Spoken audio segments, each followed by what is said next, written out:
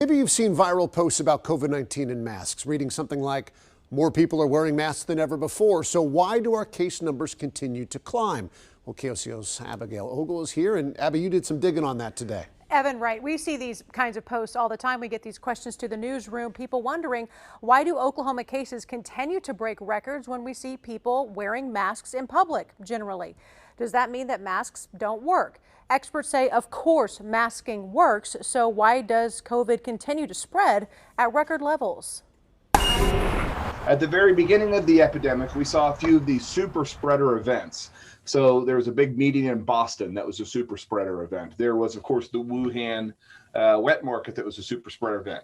And that's really where the idea of wearing masks in public came from. But Dr. David Chansolm, infectious disease expert with Integra, says that's not really how COVID is spreading these days. I can tell you most of my patients over there in the hospital right now caught this from someone in their house.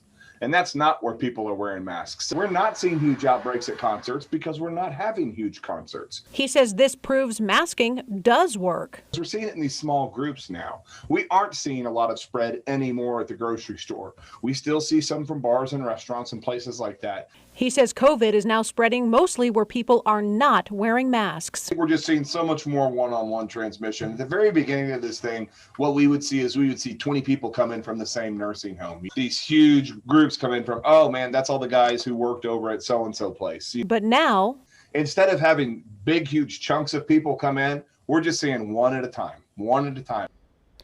Chansolm went on to say no one ever said masks would end the pandemic, just help slow the spread, relieve stress on our hospitals, and of course flatten the curve as we were talking about at the beginning of the pandemic. He says what will end it is the vaccine. He said even just getting people the first dose, which makes you about 55% immune, will help substantially with COVID spread.